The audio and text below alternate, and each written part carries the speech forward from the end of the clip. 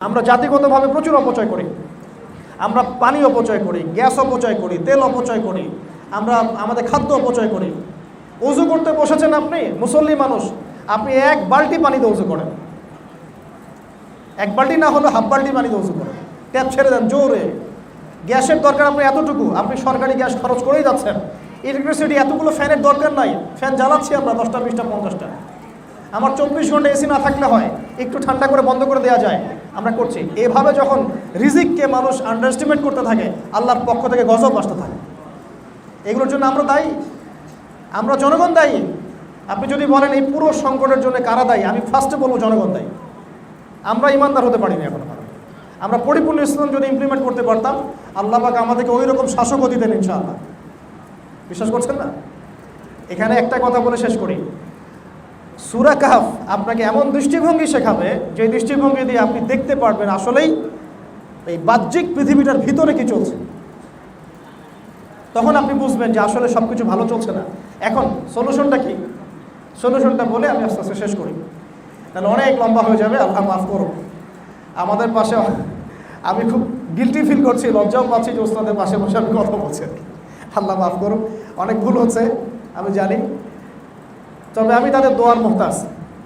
এবং আমরা স্বপ্ন দেখব, বড় স্বপ্ন দেখব ইনশাআল্লাহ। এভাবে ছোট ছোট কাজগুলো আস্তে আস্তে বড় হতে হতে একদিন না একদিন পুরো বাংলার জমিনে দিন কায়েম হবে ইনশাআল্লাহ। ইনশাআল্লাহ। এখানে আমাদের সবার ভূমিকা আছে না? আচ্ছা, আমাদের ভূমিকা কি দেখুন।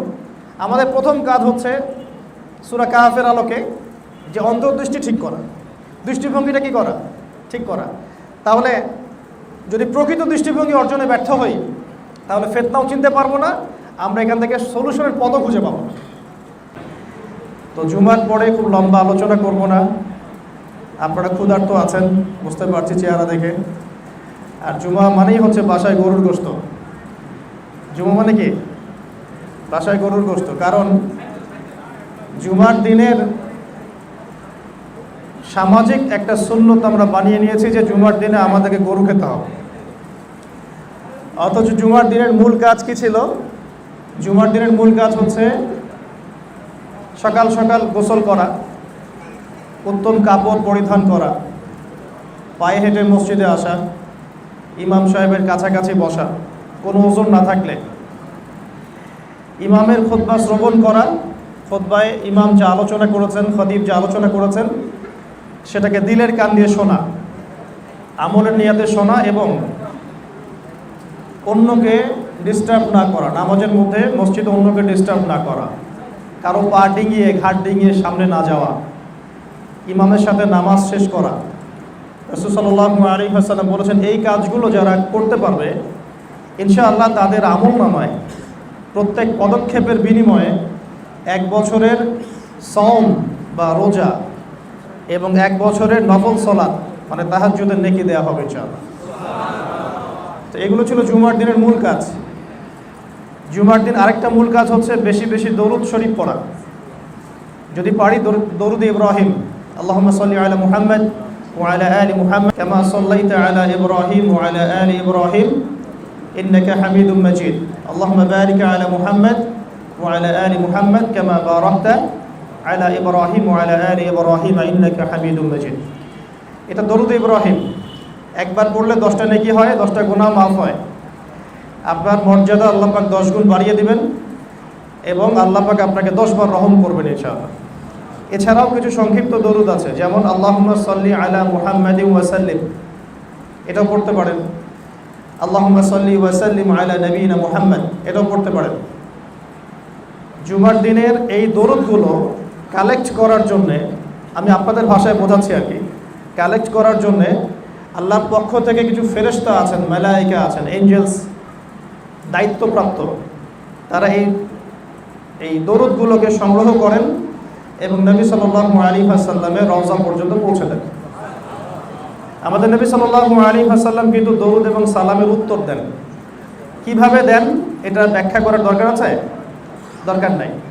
কোরআন এবং সুন্নাহর একটা উসুল আছে যে আল্লাহ পাক যেটাকে যে অবস্থায় রেখেছেন অব্যক্ত, ব্যাখ্যা না করে ওই অবস্থায় ছেড়ে দিতে হবে, ব্যাখ্যা করার দরকার নাই। যেমন আল্লাহ পাক আরশের উপরে আছেন, কোন হালতে কিভাবে আছেন আমাদের ব্যাখ্যা করার কোনো প্রয়োজন নেই।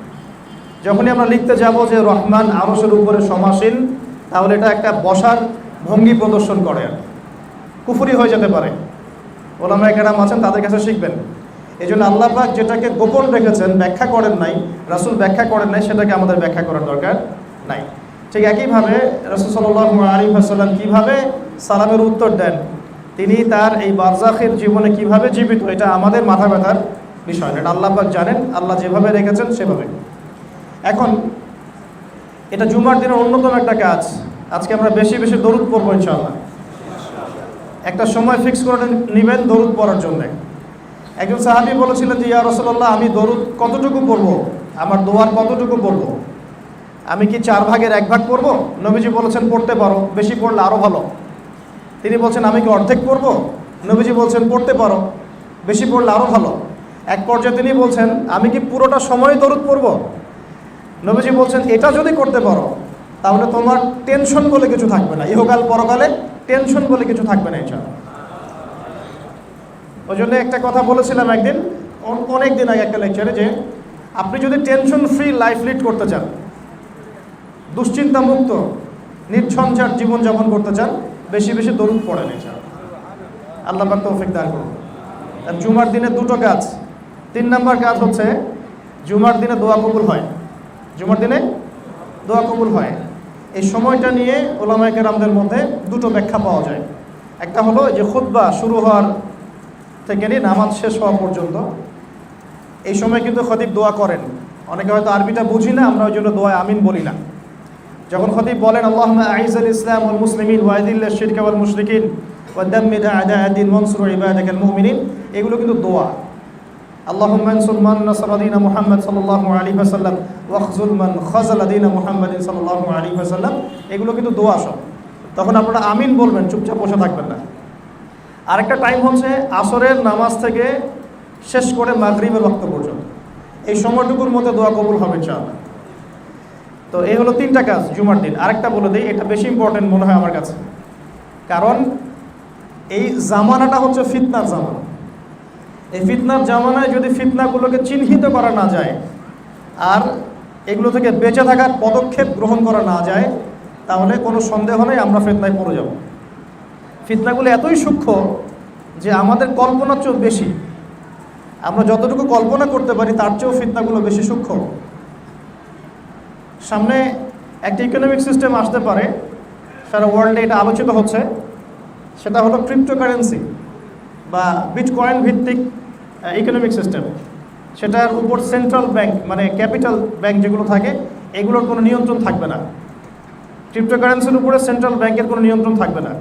এটা অনলাইন ভিত্তিক এবং এটা হচ্ছে মানে আমরা যেটা বলি যে ডিজিটাল কারেন্সির মতো আর কি। এখন শুনতে ভালো লাগতে পারে, মনে হতে পারে সভ্যতা এগিয়ে যাচ্ছে। এখানে শুভঙ্করের ফাঁকি কোথায় আছে এটা বুঝতে হলে আপনাকে তো ভিতরে ঢুকতে হবে, অনেক ভিতরে ঢুকতে হবে।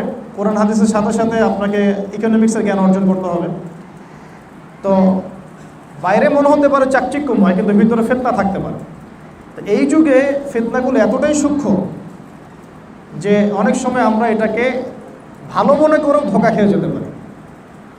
আমার কথা হয়তো একটু বুঝতে সমস্যা হচ্ছে, মানে ফিতনাগুলো এতটাই সূক্ষ্ম যে অনেক সময় ভালো মনে করেও আমরা এর মধ্যে পড়ে যেতে পারি। একটা এক্সাম্পল দিয়েছি এখানে। এই কারণে জুমার দিনে সূরা কাহাফ তিলাওয়াত করতে হবে।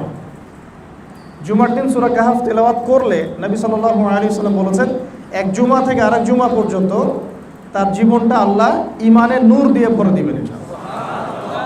এটা হচ্ছে এত বড় ফজিলত। তো এখান থেকে আমাদেরকে বাঁচিয়ে রাখবে কোন সূরা বলেন? সূরা কাহাফ। এই সূরা নবী সাল্লাল্লাহু আলাইহি ওয়াসাল্লাম জুমার দিনে পড়তে বলেছেন। কোন দিনে পড়তে বলেছেন?